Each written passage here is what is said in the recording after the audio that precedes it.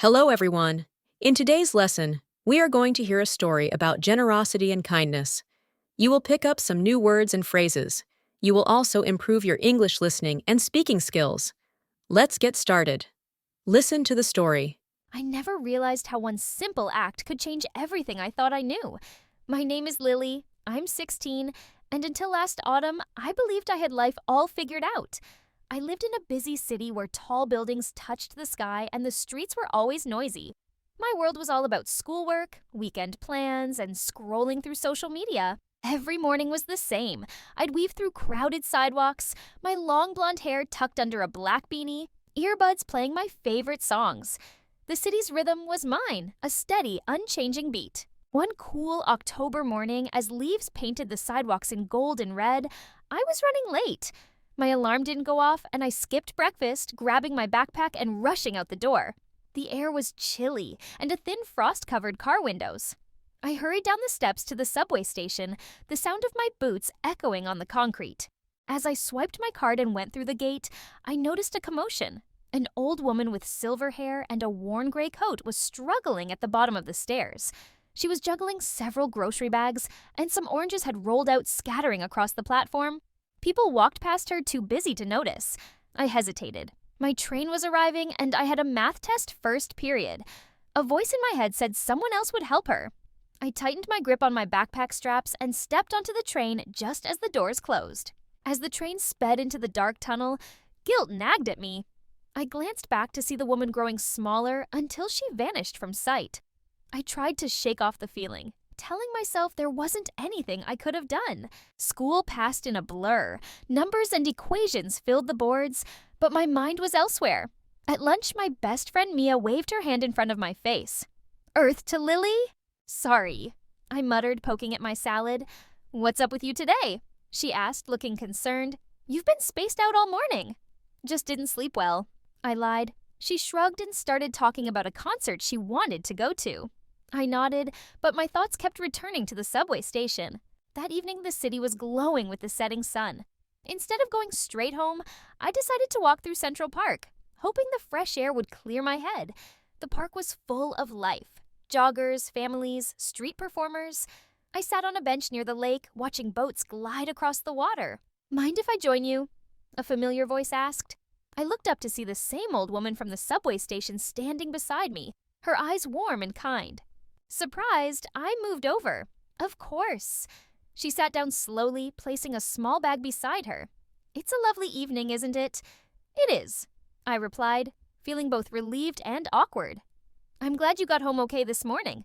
She looked at me, recognition in her eyes. "Ah, you're the young lady from the station." My cheeks grew warm. "I'm sorry I didn't help you earlier. I was in a rush." She waved her hand. "No need to apologize, dear. We all have places to be." An awkward silence followed. Then she opened her bag and pulled out a small container of birdseed, scattering some on the ground. Pigeons gathered at our feet, cooing happily. "Do you come here often?" I asked. "Every day," she said. "It's my little escape in the city." We talked for a while. Her name was Margaret, and she had lived in the city her whole life. She told me stories of how the park used to be filled with dances and open-air theaters. Her tales painted pictures of a city I'd never known. As the sun set, she stood up. "It's getting late. I should head home."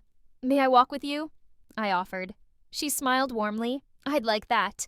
We walked along the paths, the city lights turning on around us. When we reached her apartment building, she turned to me. "Thank you for the company." "How did you know my name?" I asked, puzzled. She tapped her temple playfully. "Lucky guess." I laughed. "Can I visit you again?" "Anytime," she replied, her eyes twinkling. Over the next few weeks, visiting her became part of my routine. After school, I'd stop by her apartment. She lived in a cozy place filled with books, photos, and the smell of fresh flowers. She introduced me to classical music, and we spent afternoons listening to records while sipping tea. One day, as we sat knitting scarves, she knitted, and I tried not to tangle the yarn. She asked, "What do you want to do with your life?" I thought for a moment. "I'm not sure. Maybe travel, or become a writer or photographer." She nodded. "The world is big and full of stories waiting to be told." "Oh, what about you? Is there something you've always wanted to do?" I asked. She smiled softly. I've lived a long life, done many things, but if there's one wish I have left, it's to see the ocean again." "Again?" I asked. "I haven't been since I was a child," she said. "My family used to spend summers by the sea. Those were some of my happiest times." An idea formed in my mind. "We should go," she chuckled. "Oh, I'm too old for such adventures." "You're never too old," I insisted. "We could take a day trip. It's not far." She looked at me with gratitude and a bit of hesitation. "Well, if you're sure." "I'm positive."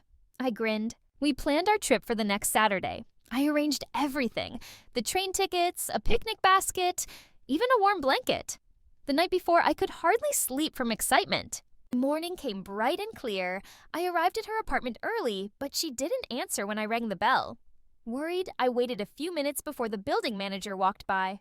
"Are you looking for Mrs. Henderson?" he asked. "Yes, we have plans today." He gave me a sad look. "I'm sorry, dear. She was taken to the hospital last night." My heart sank. "What happened? Is she okay?" "She's been unwell for a while," he said gently. "I think she's at St. Mary's Hospital." Without thinking, I rushed to the hospital. After finding her room, I saw her lying in bed, pale but awake. "Lily," she whispered, a faint smile on her lips. I sat beside her, holding her hand. "Why didn't you tell me you were sick?" She squeezed my hand weakly. "I didn't want to worry you." Tears filled my eyes. "You should have told me." She gazed out the window. I thought if I ignored it, it might go away. We sat quietly. Then I said, "As soon as you're better, we'll still go to the ocean." She closed her eyes. "That would be lovely." Days turned into weeks. I visited her every day after school, bringing flowers and reading her favorite books. One afternoon, she took my hand and said, "You've brought me so much joy. Thank you." "You've done the same for me," I replied. She looked at me seriously. "Promise me something. Anything. Never stop being generous with your heart." "I promise," I said, tears rolling down my cheeks. That night, she passed away peacefully. At her memorial service, I was surprised to see many people there. Each person had a story of how she had touched their lives. A teacher she inspired, a single mother she helped, a young musician she encouraged. After the service, the building manager gave me a sealed envelope. "She wanted you to have this," he said. Inside was a letter. "Dear Lily, you reminded me of the kindness in the world. You've been like a granddaughter to me. Enclosed is a key to my apartment. I've left some things for you. Use them to keep spreading joy. With love." I visited her apartment one last time. On the table was a box containing her records, a vintage camera, and an old journal filled with her stories and poems. As I flipped through the journal, a folded paper fell out. It was a map with a route marked from the city to a small seaside town. Attached was a note: "Go see the ocean for both of us." Determined to honor her wish, I planned a trip to the seaside. I invited Mia to come with me, sharing how she had changed my life. The seaside town was charming, with cobblestone streets and salty air. Standing on the shore, waves touching my feet, I felt a deep peace. I took out her camera and snapped photos, capturing the sun as it set.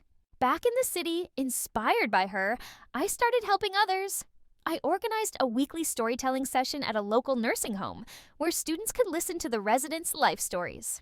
I started a charity drive at school, collecting books and clothes for those in need. One day, while sorting donations, I found a beanie like the one I used to wear, the one I'd hide under as I hurried past people in need. I realized how much I'd changed. Mia noticed too. "You've become a real force for good," she said. I smiled. "I just want to make a difference, like she did." Months later, as spring arrived, I received a letter from a publisher. They had seen her journal, which I had sent to them, hoping to share her stories. "We are happy to tell you that we would like to publish Margaret's Musings as a collection of stories and poems," the letter said. At the book launch, I stood in front of the crowd, the room filled with friends, family, and others who had been moved by her words. "She taught me that generosity isn't just about giving things," I said. "It's about giving time, love, and understanding. She changed my life, and I hope her stories inspire you too." The room filled with applause, and I felt a sense of fulfillment I'd never known.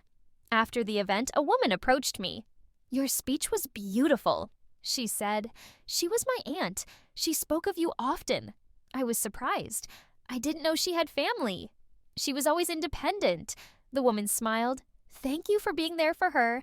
That night, as I walked home under the stars, I thought about how much had changed in a year. The city still buzzed with energy, but I no longer felt lost in it. Instead, I felt connected to the world around me. Back in my room, I placed her photo on my desk beside the vintage camera. I opened her journal to a page where she had written, "The true measure of a life is not in its length, but in the impact it has on others." I realized the twist in my story wasn't an unexpected event, but the change within myself. She had given me the greatest gift, a lesson in the power of generosity, not just to others, but to myself. Looking in the mirror, I saw a girl who had grown, who had let go of indifference to reveal a heart open to the world. I knew there would be challenges ahead, but I felt ready, carrying her wisdom with me. As I turned off the light and settled into bed, I whispered a quiet thank you to the woman who had changed my life. In the silence, I imagined I could hear her soft laughter, wrapping around me like a warm hug. From that moment on, I vowed to live each day with purpose, to look for chances to give, and to remember that even small acts of kindness can spread in ways we might never see. After all, generosity isn't just about what we do, it's about who we choose to be. That is it for today's lesson. If you enjoyed this video, make sure to like and subscribe. See you next time.